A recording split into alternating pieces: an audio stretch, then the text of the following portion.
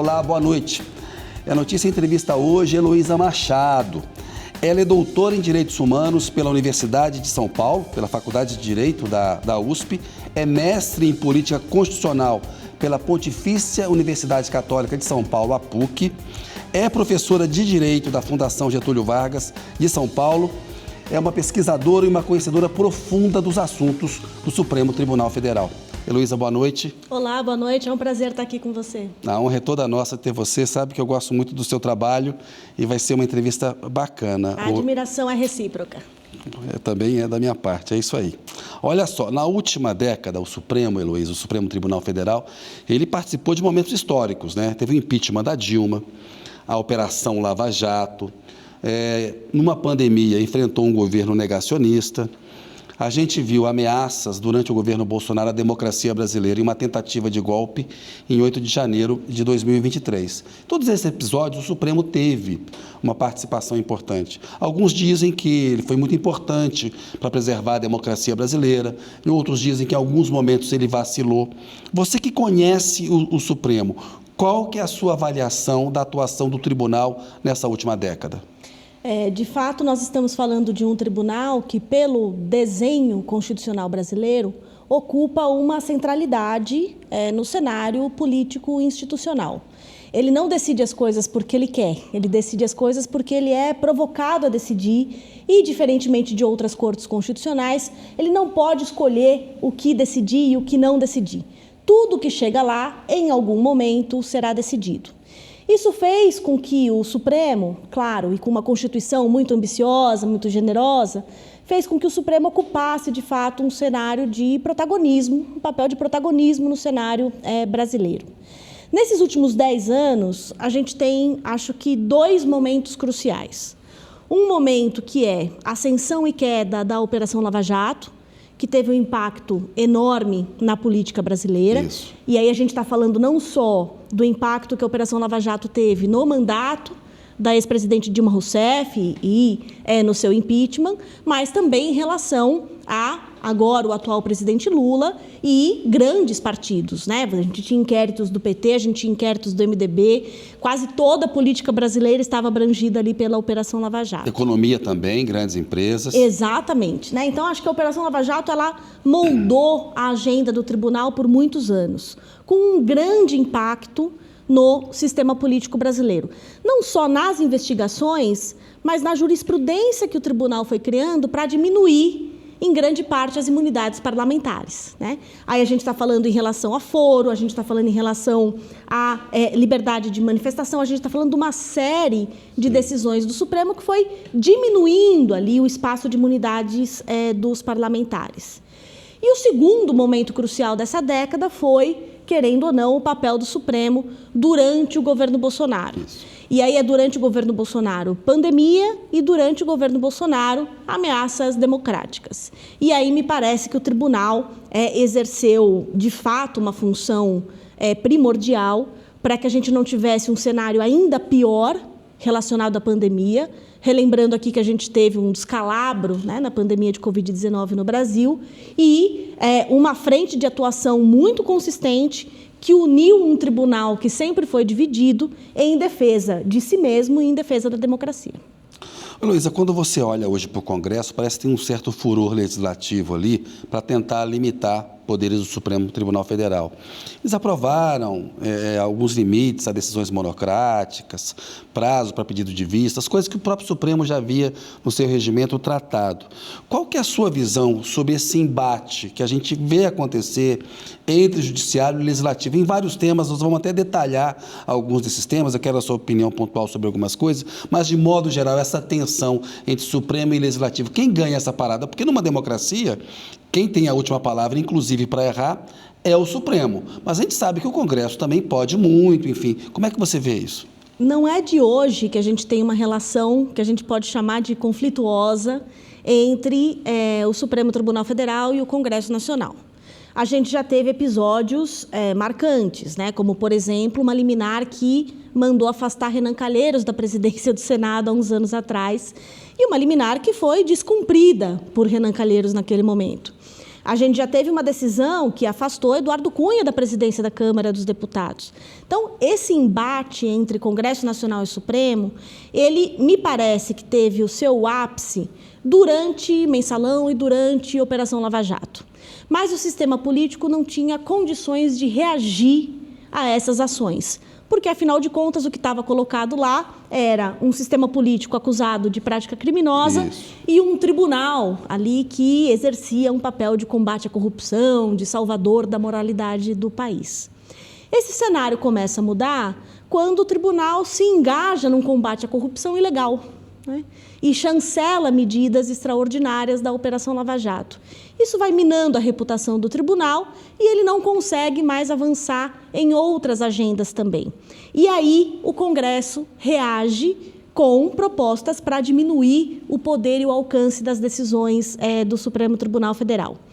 A gente sempre teve decisões do Supremo invalidando atos do Congresso Nacional, porque, afinal de contas, esse é o papel de uma Corte Constitucional, declarar se uma lei é constitucional ou não. Isso. Então, isso é o normal, né? Mas a gente também teve muitas medidas do Supremo ao longo desses anos que afastaram parlamentares do seu mandato, impuseram medidas cautelares a parlamentares, obrigaram a instalação de CPIs. Esse controle sempre existiu. Durante o governo Bolsonaro, isso se transformou numa bandeira política de parte do governo para dizer que o tribunal era uma ameaça à democracia, que o tribunal era um agente de autoritarismo e que estava indevidamente controlando os atos das pessoas eleitas. E isso pega num determinado momento e o Supremo entra numa crise reputacional. E isso é uma mentira, né? Porque, assim, pelo que você está falando aí, esse papel constitucional, e como o Supremo age sempre sob provocação, né? Nem sempre, né? Pode agir de ofício em alguns casos, não pode? Muito raramente ele pode agir de ofício. E a gente vai falar desse inquérito. Exatamente. Exatamente. Que eu quero que depois você analise se tem ali, se passou do ponto. Mas é normal na democracia esse tipo de conflito, é o que você está dizendo.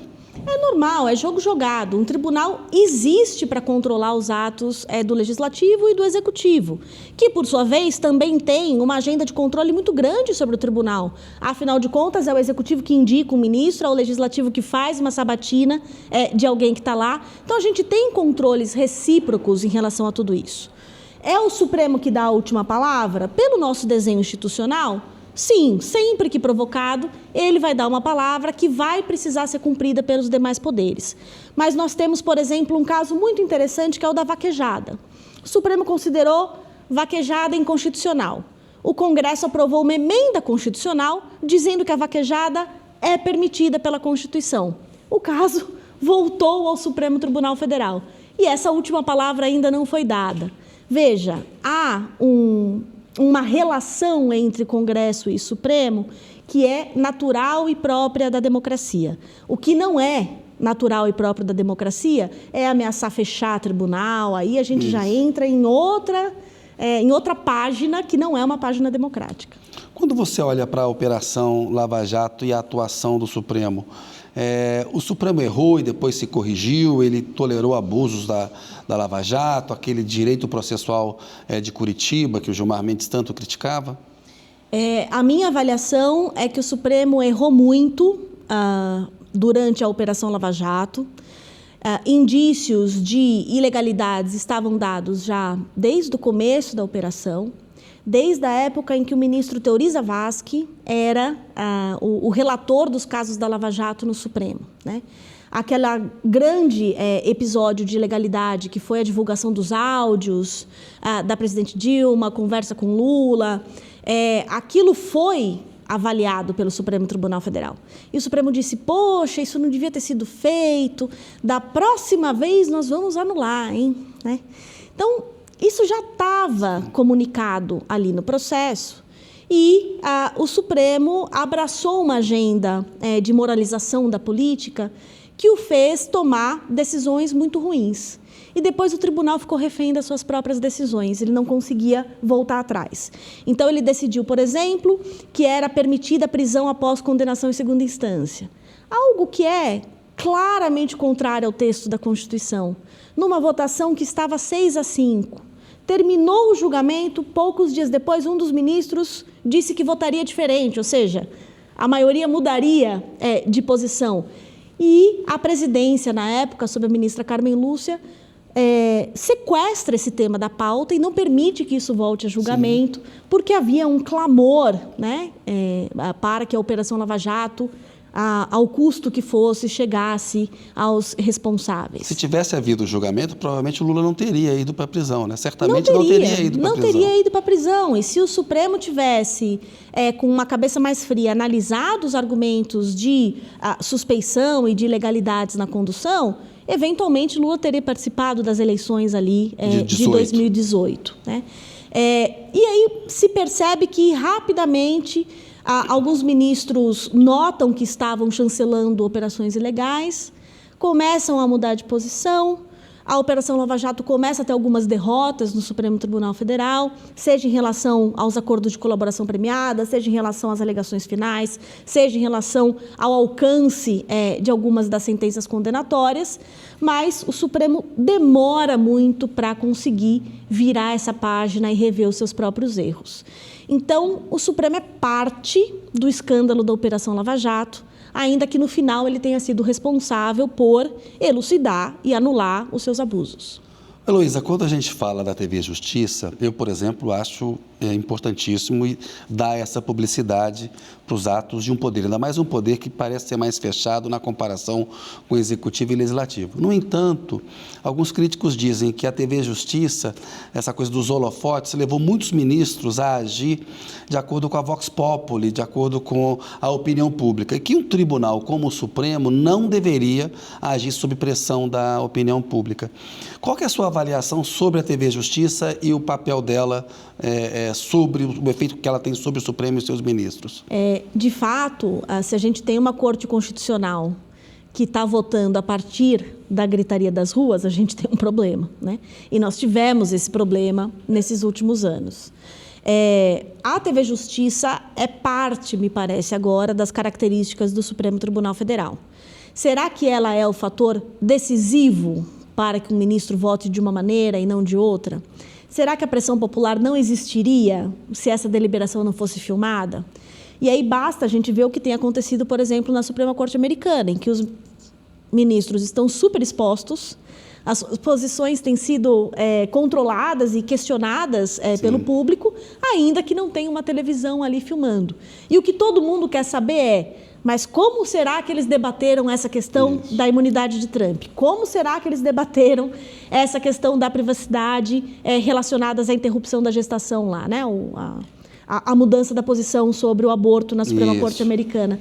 Então, veja, me parece que pesa mais termos algum grau de transparência sobre como se dá esse debate, qual é a posição pública sobre temas de relevância, do que, de fato, imaginar que isso não seria capaz de trazer uma pressão e um condicionamento a como os ministros vão votar. Os benefícios são maiores do que eventuais prejuízos, né? Para mim são. Eu acho que você está correta aí. Heloísa, o Congresso Nacional aprovou o fim da chamada saidinha, né? E numa aprovação que contou com a crítica dos especialistas. Falaram, olha, está errado. O ministro do STF, André Mendonça, indicado pelo Bolsonaro, decidiu que não vale para quem já tinha um benefício, seguindo aquele princípio de que a lei penal não pode retroagir para prejudicar. Eventualmente, para beneficiar, pode, mas para prejudicar, não pode. Como é que você avalia essa decisão e que impacto real ela vai ter no nosso sistema carcerário? Olha, o ministro André Mendonça está certíssimo, né, nessa discussão.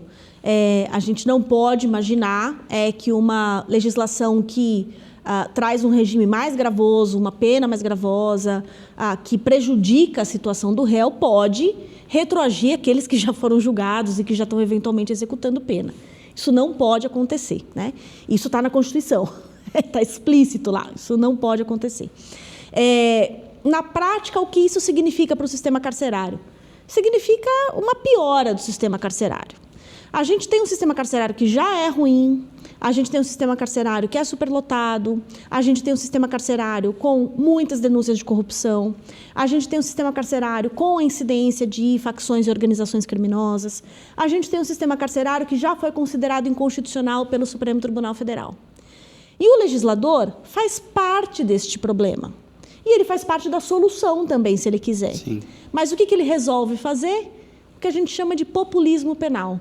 Ele cria projetos de lei com uma falsa ideia de que eles são capazes de resolver algum problema de segurança pública, quando, na verdade, agravam a situação.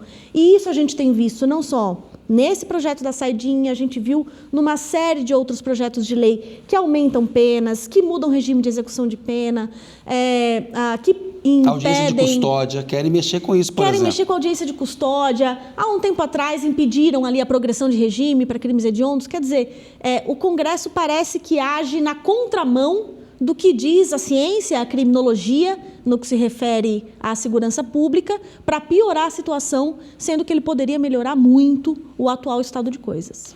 Outro ponto importante, o STF acabou de julgar o que está sendo chamado de descriminalização do consumo de maconha para o usuário. Alguns falam em despenalização, há outros termos. Até queria que você explicasse exatamente o que é o efeito real da decisão do Supremo Tribunal Federal. Mas estabelece um limite de até 40 gramas e para o usuário não ser mandado para a prisão. Que a gente viu que desde quando a legislação mudou em 2006, se não me engano, houve um incremento do encarceramento, sobretudo de pobres e negros, né? Porque não havia uma distinção clara entre usuário e traficante. O Senado aprovou a PEC criminalizando todas as drogas. Está na Câmara, lá, e há uma grande tendência disso ser aprovado. Se, aí, exemplo do que você falou na questão da vaquejada, se uma proposta de emenda constitucional for votada criminalizando todas as drogas, depois dessa decisão do Supremo, provavelmente vai bater no Supremo. O Supremo vai dizer que isso é inconstitucional, levando em conta uma interpretação sistêmica da Constituição? Não vai? O Congresso criminalizou, está criminalizado e não vale o que o Supremo decidiu, Heloísa? Olha, esse é um caso muito importante, né? Porque a gente está falando, de fato, de uma questão social relevante no país. A gente está falando de prisões ilegais e injustas, a gente está falando de discriminação. Quando a gente fala da descriminalização das drogas ou da despenalização, ou seja, é crime, mas não tem pena, né? Várias terminologias possíveis, a gente está falando, acho que, dois principais argumentos. Um argumento que é, de princípio, um argumento sobre a liberdade individual. Se é o que eu desejo fazer e se só vai fazer mal a mim mesmo, não é um assunto sobre o qual o Estado deve legislar. Esse é o argumento da autonomia, né? É o argumento que muitos países usaram para descriminalizar o consumo de drogas. Se é algo que a pessoa quer fazer, não é papel do Estado impedir, inclusive eu posso criar uma política de redução de danos e ter melhores consequências para a saúde pública. Então, é um argumento que está no âmbito da autonomia. Um outro argumento é mais pragmático. Bom, qual é o efeito que esse crime, que essa lei que prevê esse crime, gera na sociedade? E é nesse segundo ponto que está este caso do Supremo Tribunal Federal. O que se constatou foi, se uma pessoa branca porta uma quantidade X de drogas, ela é classificada como usuária. E, portanto, ela não recebe o mesmo tratamento penal do traficante. Ela está numa outra lógica penal dessa reforma de 2006, que é uma reforma que já avança em relação ao tratamento para usuários. Se essa pessoa que porta essa mesma quantidade de drogas é negra, ela é enquadrada pelo sistema de justiça como traficante. Então, esse é um caso de discriminação, esse é um caso de impacto desproporcional da lei de drogas. E o que chegou ao Supremo Tribunal Federal foi: é legítimo permitir que a polícia, pela cor da pele, enquadre uma pessoa que porte a mesma quantidade de drogas, se ela for branca como usuário, se ela for negra como traficante? Foi essa a resposta que o Supremo deu. A resposta é óbvia. A resposta é óbvia. É óbvio que não, porque senão eu vou institucionalizar o racismo no Brasil. Um racismo institucional e um racismo que vai levar jovens negros que portam pequenas quantidades de droga para dentro dos presídios. Foi essa a decisão do Supremo. Como é que ele resolveu essa questão? Definindo uma quantidade objetiva de drogas. Olha, abaixo de 40 gramas é considerado usuário, se presume que seja usuário. Ah, mas e se ele tiver 30 gramas e 30 mil reais e um saco de embalagens de...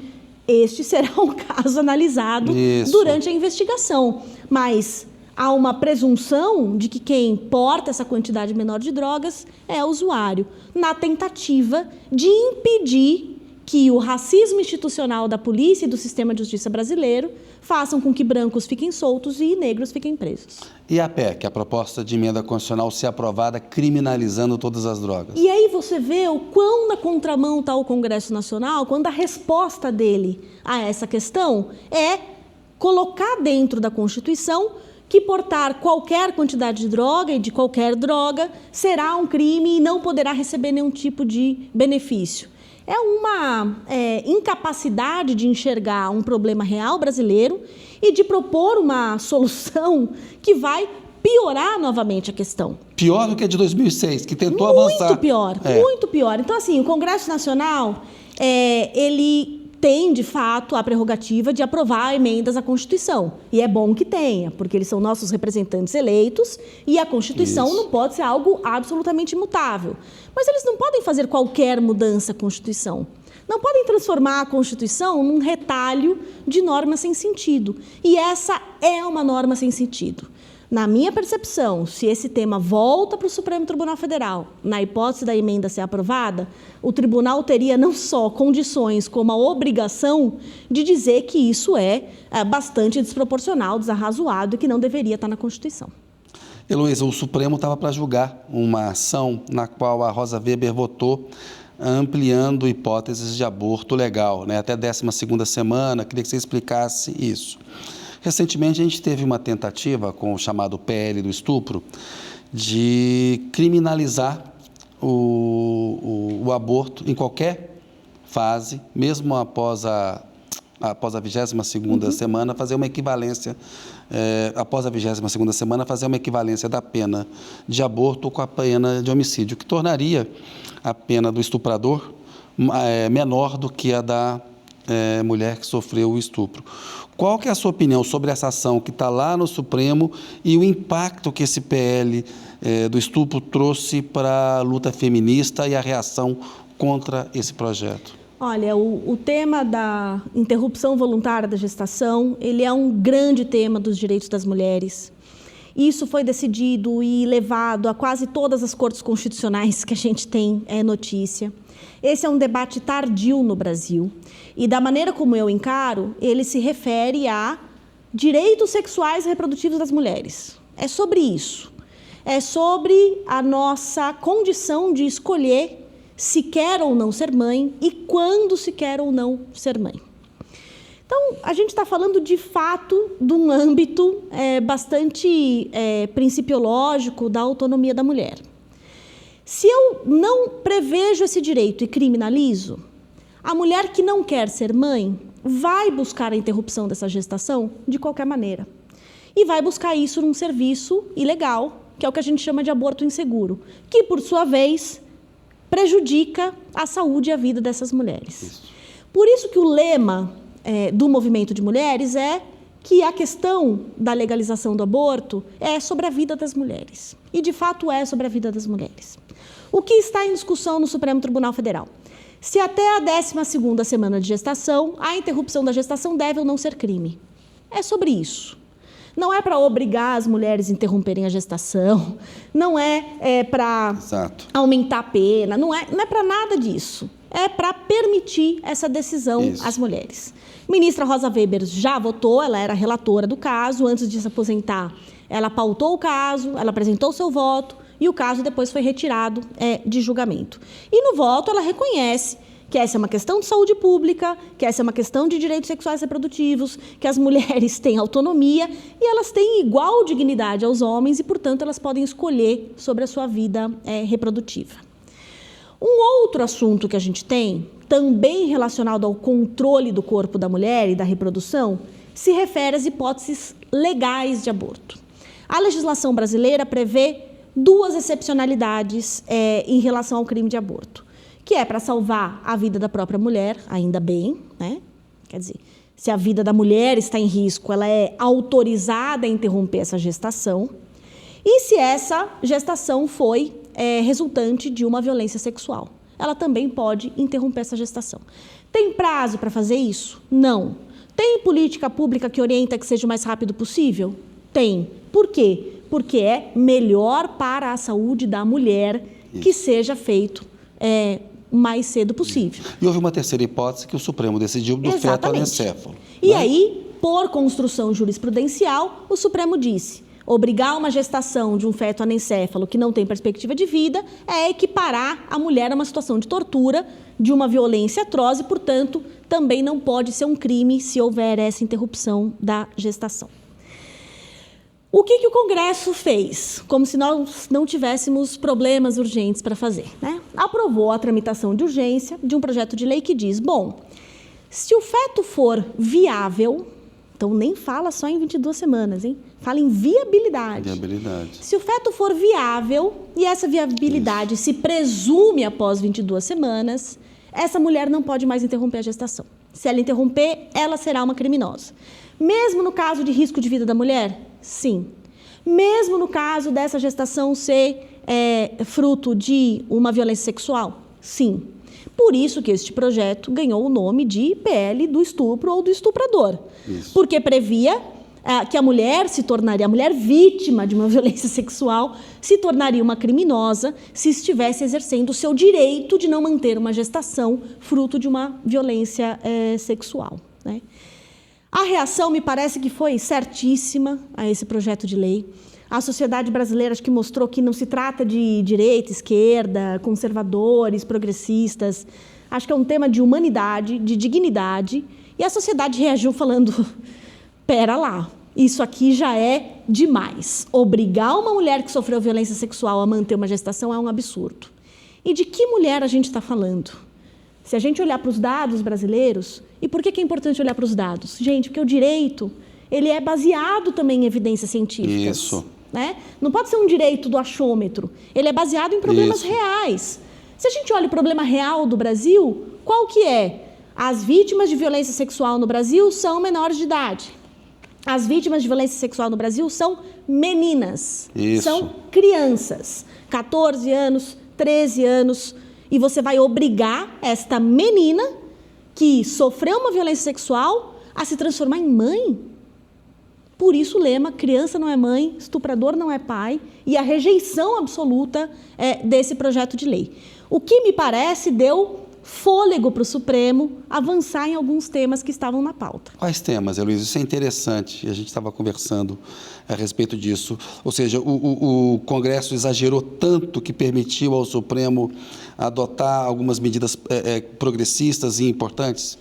A gente estava num cenário peculiar aqui, né, de embate entre Supremo e Congresso, que apesar de não ser novo, estava especialmente pautado na ideia de um tribunal muito liberal, muito progressista, quando a sociedade não é, né? E quando o legislativo é a real voz dessa sociedade.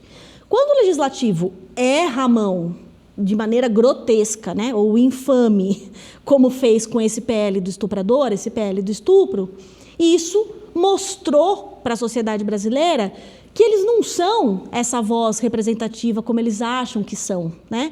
De que eles não estão traduzindo todo o sentimento da sociedade brasileira. Isso. A sociedade se levantou e falou, não, isso não em nosso nome, né?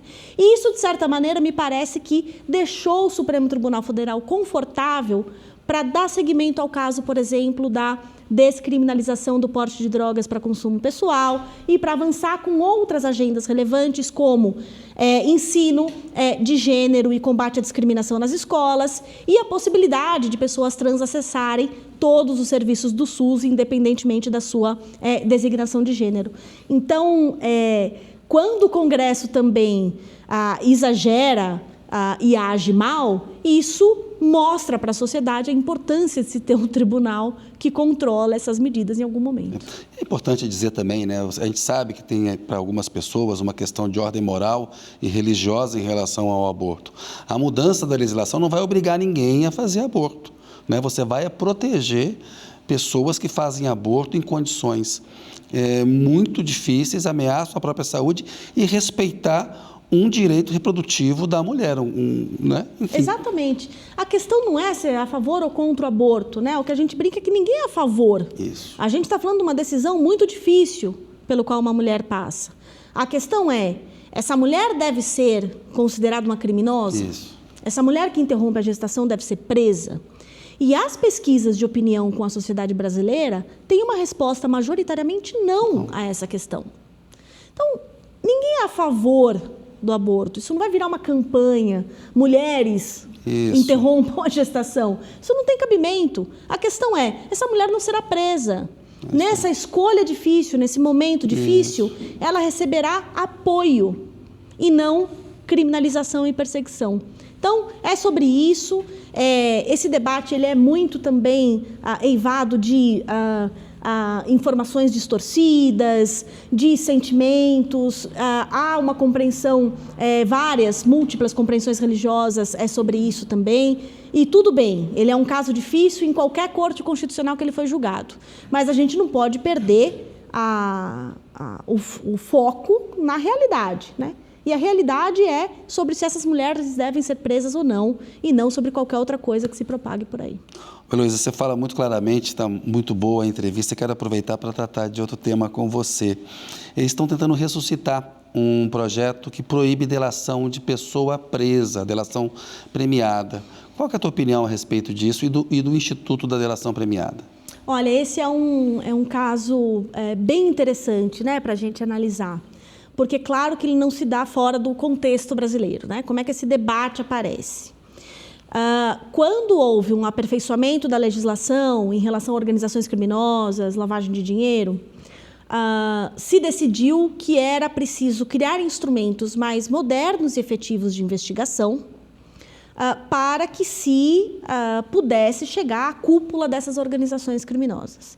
E assim nasce a lógica da colaboração premiada, como uma forma mais efetiva de investigar algo, usando o processo penal, eventualmente favorecendo alguém que cometeu um crime, né? Então, premiando alguém que cometeu um crime, se essa pessoa delatar alguém que for uma figura mais alta nessa organização criminosa. Não é uma ideia de todo ruim, e é uma ideia que se mostra bastante efetiva, é uma ideia sem violência, é uma ideia que se ampara muito mais numa lógica de uma investigação com inteligência e por aí vai. Como é que esse instituto foi aplicado e tem sido aplicado no Brasil? Ele está sendo aplicado, sobretudo, pelo Ministério Público. Há uma disputa entre polícia e Ministério Público, entre quem pode ou não fazer isso. E houve uma denúncia durante a Operação Lava Jato de que essas colaborações premiadas estavam sendo feitas a partir de uma imposição. E que imposição era essa? Eu deixava a pessoa presa mais tempo do que ela precisava ficar, preventivamente, né? Então sem julgamento, para que ela se convencesse a fazer essa colaboração premiada. E isso seria uma distorção do instrumento. Sim. Qual é a resposta do legislador? Vai para outra ponta e fala: nunca quem estiver preso poderá fazer a colaboração premiada. O que também não é uma solução. Exato. Né? O que a gente precisa é ter um controle judicial efetivo, é ter tribunais que tenham a condição de fazer esse controle, que as cortes superiores tenham condição de fazer esse controle, e a gente não pode imaginar que uma distorção vai inviabilizar toda a lógica da colaboração premiada. E me parece que nesse projeto de lei tem um pouquinho de autointeresse também dos parlamentares, porque em parte eles são alvos dessa colaboração. Exatamente. Heloísa, um outro tema é uma proposta de emenda constitucional de segurança pública que o Lewandowski, ministro da Justiça, está construindo. Ele quer aumentar atribuições da União em relação à segurança pública. Constitucionalmente é uma atribuição dos estados, no entanto, com as organizações criminosas, a internacionalização do crime, o crime transnacional, os estados, né, a União está sendo mais cobrada, os estados nacionais, no caso o Brasil, a União está sendo mais cobrada a agir, né, nessa área. Como é que você vê o debate para a partir disso, você ter um sistema unificado de segurança pública, enfim? O federalismo brasileiro tem umas características interessantes, né? E eles têm também momentos de concentração e momentos de descentralização. Então, nós passamos por um momento de concentração ali nos anos 2000 e durante a pandemia, através de uma decisão do Supremo, houve um momento de descentralização, né? Onde as competências dos estados foram aprimoradas e reconhecidas para enfrentamento à pandemia de Covid-19. Então, a gente está falando de um pêndulo entre concentração e descentralização no que se refere às competências federativas. A Constituição é muito clara em dizer que essa é uma atribuição do âmbito dos Estados federados. O que acontece com os estados? Eles não têm mostrado uma capacidade ou uma vontade de criar políticas de segurança efetivas, e isso acaba, querendo ou não, espraiando em problemas de âmbito nacional, porque, de fato, o crime organizado não reconhece muitas fronteiras, né? E, além disso, todo o problema do sistema prisional ele é muito comum também no Brasil, né? A gente não tem ilhas de excelência em segurança pública. E aí a ideia seria que, com uma atribuição maior de competências da União, seria possível criar diretrizes gerais de uma política de segurança e, mais do que isso, a União teria condição de investir numa política de segurança pública. Se a gente olha para como a política de saúde deu certo, para como a política de educação deu certo, ela deu certo com padrões nacionais incentivados pela União. Eventualmente, esse pode ser um modelo replicado para a segurança pública também. Me parece que a gente tem outros desafios, porque forças policiais estão flertando também com políticos de extrema-direita nesses últimos anos. Isso. E uma ferramenta do governo central ajudaria, talvez, a diminuir essa cooptação, vamos dizer assim, de forças policiais por forças extremistas. Luiz, eu queria falar com você de um outro tema, que é o orçamento secreto. Tem uma relatoria no Supremo com o Flávio Dino. Em dezembro de 2022, o Supremo disse que eram ilegais as emendas de relator, né, que eram usadas de uma maneira sem transparência. Aí o Congresso vai lá e cria outro tipo de emenda. Temos, por exemplo, as emendas PIX. O Congresso está burlando a Constituição? Como é que você vê esse debate aí? Olha, teve uma decisão recente muito relevante do Flávio Dino sobre isso, em que ele, diante de informações que chegaram no processo, disse, olha, se o Congresso fizer a emenda PIX, chamar de emenda RP2, RP8, RP80, o nome que seja, mas fizer essa mesma prática com outro nome, estará descumprindo a decisão do Supremo. E ele pediu informações à Câmara dos Deputados e ao Senado Federal sobre isso, né, sobre esse possível desvio do cumprimento da decisão do Supremo Tribunal Federal. Por que isso é muito interessante? Porque o orçamento secreto é uma das engrenagens que fez o poder desequilibrar favoravelmente ao legislativo no Brasil, né? Com mais controle do orçamento, se reduziu a capacidade de negociação do executivo. Isso. E a gente tem um Congresso com menos incentivos a aderir, vamos dizer assim, a uma base, a projetos enviados pelo Poder Executivo. Isso. Quando este tema cai especificamente com o Flávio Dino, que foi ministro, que foi parlamentar, a gente tem alguém que tem muita condição de entender essa dinâmica da governabilidade que perpassa o orçamento secreto. E me parece que este é um papel central que Dino vai desempenhar no Supremo. Entender a dinâmica de governabilidade, não nas decisões, eventualmente, que o Supremo vai fazer para bloquear uma medida do Executivo, mas entender a governabilidade nas relações entre partidos, legislativo e executivo, como nesse caso do orçamento secreto. Se eu puder apostar, é sempre difícil apostar em decisões do Supremo, mas se eu puder apostar, virá uma decisão de Flávio Dino nesse caso muito em breve. Eu acho que você está na linha correta e tomara que venha mesmo, porque eles abocanharam parte do orçamento, mas não querem ter responsabilidade com a fonte de financiamento. Aí fica uma posição muito confortável, né, Heloísa? Nem com a fonte de financiamento e nem com a destinação, né? Porque falta de transparência. Porque uma das lógicas de se ter um orçamento que é coordenado e centralizado é porque você sabe para onde vai esse dinheiro. Isso. E esse dinheiro faz parte de uma política estruturada, integrada e tudo mais. A partir do momento que você picota esse envio de orçamento para a sua base, você perde essa capacidade de criar impacto com as políticas. Heloísa, vou pedir licença um minutinho. A notícia volta daqui a pouco. Olá, a notícia está de volta com Heloísa Machado. Ô Heloísa, o Brasil é um país com machismo estrutural. A gente estava falando há pouco do racismo estrutural, quando você falou do julgamento do Supremo sobre a maconha. A gente vira e mexe, o Congresso quer aprovar uma anistia, porque os partidos não cumpriram as candidaturas femininas, etc. e tal. Como que é a representação feminina no judiciário e na política, na tua opinião? E quais são as medidas que a gente deveria tomar para aumentar essa representação feminina, tanto no judiciário quanto na política? A gente tem visto uma série de mudanças, né, legislativas e constitucionais em relação à representação de mulheres na política.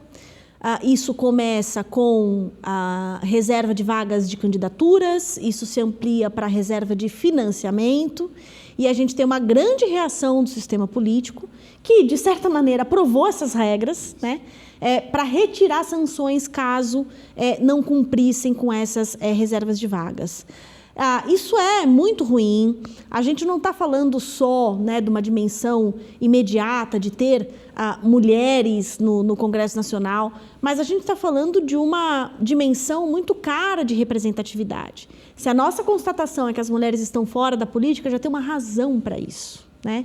E a razão ficou explícita quando os partidos foram atrás de uma anistia em relação às sanções pelo não cumprimento das cotas de candidatura, né? Mulher não tem vez na política. Mas tem a deputada tal, tem a ministra tal. Tem, são tão poucas que a gente sabe o nome, o sobrenome, o partido, a trajetória. Isso precisa mudar no Brasil. Me parece que de uns anos para cá, os movimentos também sociais têm se apropriado dessa dimensão relevante da representatividade na política e que, talvez, mesmo sem as multas aos partidos, isso se reflita nas urnas. Agora, se não tiver financiamento, não tiver apoio de candidatura, milagre também não vai acontecer, né? Essas mulheres não serão eleitas. As eleições no Brasil são dispendiosas, são caras, são longas, são custosas. É preciso que os partidos políticos comprem essa briga. Se a gente muda para judiciário, o cenário é um pouco diferente, porque daí a gente está falando de um ingresso por concurso público. E o concurso público tem também as suas barreiras invisíveis, né? É o momento da prova oral. Passam mais homens do que mulheres. É o momento da promoção da juíza para um tribunal. Se promovem mais homens do que mulheres. É o momento da indicação de alguém para uma corte superior. E aí, realmente... Estamos vendo no Supremo, tem uma mulher. E aí, realmente, né, a gente perdeu representatividade no Supremo. Isso é um problema. A gente está falando de tribunais que julgam casos dos mais diversos. E me incomoda muito quando a gente fala, poxa, mas vai julgar aborto sem ter opinião de uma mulher. Mas, gente, vai julgar orçamento secreto sem ter opinião de uma mulher, vai julgar a pele das drogas sem ter opinião de uma mulher, vai julgar uma série de casos relevantes, reforma política, reforma tributária sem ter opinião de uma mulher, né? Nós não estaremos lá apenas para julgar assuntos relativos, né, às questões de gênero, mas sim a todas as pautas relevantes do país. E é lamentável que o presidente Lula tenha diminuído a representação de mulheres no Supremo. Isso é muito ruim, isso é ruim para a democracia, isso é ruim para ele, isso é ruim para todo mundo. Independentemente de quem foi indicado, deveríamos ter mais mulheres no Supremo. Luiz, eu queria uma avaliação sua sobre o trabalho do Alexandre de Moraes como ministro do Supremo, tocando esse inquérito que foi criado por iniciativa do Supremo, aí de ofício, aquilo que a gente falou, e a respeito desses casos também dos golpistas de 8 de janeiro. Eu queria uma avaliação sua a respeito disso. Este inquérito, né, o inquérito das fake news, ele começa de ofício, por ordem do então presidente do Supremo, Dias Toffoli, por conta de ataques que os ministros estariam sofrendo. Naquele momento, a interpretação que se deu era de que, por ser um crime contra os ministros e que estava circulando ali no âmbito do tribunal, haveria uma autorização regimental para a abertura deste inquérito. Uma interpretação bastante inusual, né? Bastante diversa ali do que se refere às investigações. Qual era o contexto da abertura daquele inquérito? Não era Jair Bolsonaro e ataques antidemocráticos, era Lava Jato. A origem desse inquérito de ofício está na Lava Jato.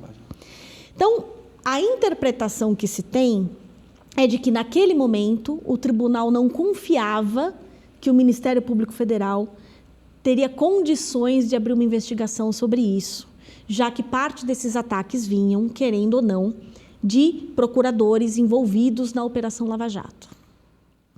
Isso depois continua, essa prática continua, Sim. quando o Procurador-Geral da República, Zé Augusto Aras, e aí definitivamente ele não tinha engajamento para investigar qualquer tipo de ataque ao tribunal. Então, para que não fiquem dúvidas, né? Uma interpretação inusual, excessiva, o Supremo instaurar um inquérito de ofício? É óbvio que é, né? Ninguém que estuda direito vai falar, não, é normal, inquérito de ofício. Não é normal. Não é normal. Agora, o que você faz quando o órgão que deve abrir essa investigação falha sistematicamente? E me parece que a resposta que o Supremo deu foi, aí a gente vai abrir um inquérito de ofício, porque o que não pode acontecer é ficar sem investigação.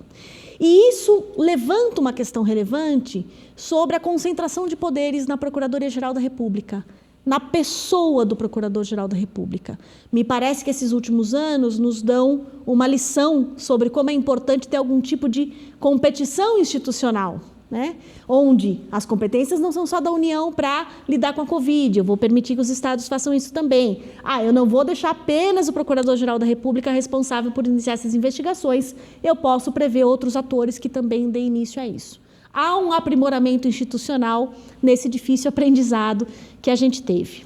E a investigação específica sobre os golpistas, Heloísa? Bom, e aí, 8 de janeiro. 8 de janeiro. 8 de janeiro, o inquérito do 8 de janeiro e o que vem na sequência. Acho que há já uma percepção bastante clara, vinda em fatos, que o tribunal foi alvo de ataques durante o governo Bolsonaro, né? E, de fato, o tribunal se defendeu. Se defendeu com uma série de inquéritos e investigações, alguns solicitados pela Procuradoria-Geral da República, alguns de ofício, que criaram ali uma frente de investigação, levantamento de dados e medidas cautelares, sobretudo, para retirar conteúdo de redes sociais de alguns extremistas. Vem o 8 de janeiro e o tribunal já sabia, né, algumas dessas dinâmicas justamente pelas investigações anteriores. E abre ali, a pedido da Procuradoria-Geral da República, 3 frentes de investigação. Executores, autores intelectuais e financiadores dos atos. E isso tem gerado uma série de ações penais, denúncias oferecidas pelo Ministério Público, julgamentos feitos pelo plenário, e Alexandre de Moraes é o relator. Como relator, ele pode adotar medidas monocráticas durante a investigação. Que medidas seriam essas? Medidas cautelares, imposição de tornozeleira, revisão de prisão preventiva, tudo isso está no âmbito da relatoria de Alexandre de Moraes. O grande debate do 8 de janeiro esses casos dos executores, ou seja, do pessoal que invadiu, arrancou as portas, as cadeiras, né, invadiu ali os prédios todos. Esses casos deveriam ser julgados no Supremo? Bom, a compreensão da Procuradoria-Geral da República é de que sim, que foi lá que eles ofereceram todas as denúncias. O próprio tribunal, quando se deparou com essa questão, por 9-2, decidiu, sim, é aqui que será julgado. Por quê? Porque nós teremos pessoas com foro envolvidas nessa investigação e eu não vou correr o risco de ter decisões conflituosas em relação ao mesmo ato criminoso. E é isso que está sendo feito no 8 de janeiro. Mas a pena foi alta. A pena foi alta, os crimes são graves. As penas poderiam ficar substanciadas, um crime compõe o outro. É uma interpretação, o ministro Barroso votou assim. Mas é um absurdo, as pessoas foram presas preventivamente. Bom, foram, né? Elas estavam ali, inclusive foram presas em flagrante, grande parte delas, enquanto tentado dar um golpe de Estado. Então, assim, me parece que o grande debate é se o Supremo é esse espaço ou não, se de fato essas pessoas deveriam estar sendo julgadas pela Corte Constitucional. A resposta que o Ministério Público deu foi a resposta que a maior parte do Supremo deu foi o resto, a gente está diante de qualquer outra questão criminal. Dosimetria da pena, o judiciário foi mão pesada. Bom, o judiciário brasileiro é mão pesada no que se refere a crime. A gente está aqui falando de pequenos traficantes, de usuários, de mulheres, a gente está falando de um judiciário que encarcera para dedéu. Não seria diferente em relação a esse tipo de crime. Heloísa, para a gente encerrar, eu queria uma avaliação sua sobre os Estados Unidos, a decisão da Suprema Corte de lá, que deu uma imunidade parcial ao Trump. Quando a gente olha a lei brasileira, né, o presidente aqui, se comete um crime comum, o procurador pode fazer uma denúncia, se comete um crime político, tem o impeachment. A legislação americana tem lá a questão do impeachment. Mas houve uma crítica de que, com essa decisão, você quase que dá um poder imperial ao presidente. Isso beneficia o Trump na prática, ele vai adiar alguns processos lá. À luz do que a gente tem aqui no Brasil, como é que você avalia essa decisão da Suprema Corte americana? Olha, o Brasil tem um sistema melhor de responsabilização de presidente da República. A gente tem uma regra de impeachment que é muito mais objetiva do que a regra de impeachment de lá. Talvez ela tenha estimulado demais processos de impeachment no Brasil, mas, de fato, né, nós temos uma legislação mais objetiva em relação a isso. E nós temos na nossa Constituição um regime que diz que se o presidente comete um crime relacionado à sua função, ele pode ser processado. Isso. Lógico, com alguns controles. A Câmara precisa autorizar, ele será julgado no Supremo Tribunal Federal, né? Ou seja, ele vai ter prerrogativa de foro, tem essa barreira política, mas ele não é imune aos atos relacionados à função. Pelo contrário, o que a Constituição diz atos não relacionados à função, deixa para depois. Ele é completamente imune enquanto estiver na presidência. Tem uma imunidade temporária nesse sentido para atos alheios à função do presidente. Então, sair para andar de bicicleta no Palácio do Planalto, atropelei a tartaruga, um crime ambiental. Isso vai ser julgado? Não. Enquanto for presidente da República, não será julgado por isso, né? Mas participei de corrupção, participei de tráfico de influência, de qualquer outra questão, tentei dar um golpe de Estado. Tudo isso estaria dentro de uma possibilidade de punição. A interpretação que se deu lá, ela é bastante diversa do regime brasileiro. É de que para atos relacionados à função existe uma imunidade. E aí a gente está falando de algo bastante complicado, que vai desbalancear os poderes por lá também, sobretudo num momento pelo qual os Estados Unidos têm passado de ascensão de extremistas ao poder. Me parece uma decisão ruim e perigosa para a própria Suprema Corte. Vamos ver como o sistema político vai reagir. Quem sabe a válvula de escape lá será o impeachment, já que se fechou a possibilidade de responsabilização criminal. Heloísa, temos um minuto. Eu queria uma rápida palavra sua sobre regulamentação das redes sociais. Tem lá pendente no Supremo um julgamento, relatoria do Toffoli sobre o Marco Civil. Qual que é a importância de o Supremo julgar isso? Você acha que tem que ser via Congresso? Está parado lá via Arthur Lira? Bom, a legislação brasileira, ela, que foi criada pelo Congresso, diz que há possibilidade de responsabilização das plataformas por conteúdo de terceiro, na hipótese de descumprimento de prévias decisões judiciais. O que está em debate é apenas nessas hipóteses ou há outras em que sequer seria necessária uma decisão judicial? Outras legislações dão a indicar que sim, as plataformas têm que ser responsabilizadas. A gente não pode achar que é sobre a minha postagem individual. A gente está falando de uma grande indústria, de um meio de comunicação em massa, que precisa de regulamentação. Eu espero que o Supremo decida rapidamente essa questão, ao menos para que a gente tenha uma decisão sobre a qual pautar os nossos atos daqui para frente. Heloísa, agradeço muito a sua entrevista. Foi um prazer estar aqui com você. Prazer foi meu. Parabéns aí. Obrigado. Muito obrigada. Valeu. Pessoal, boa noite, um abraço. Até a semana que vem.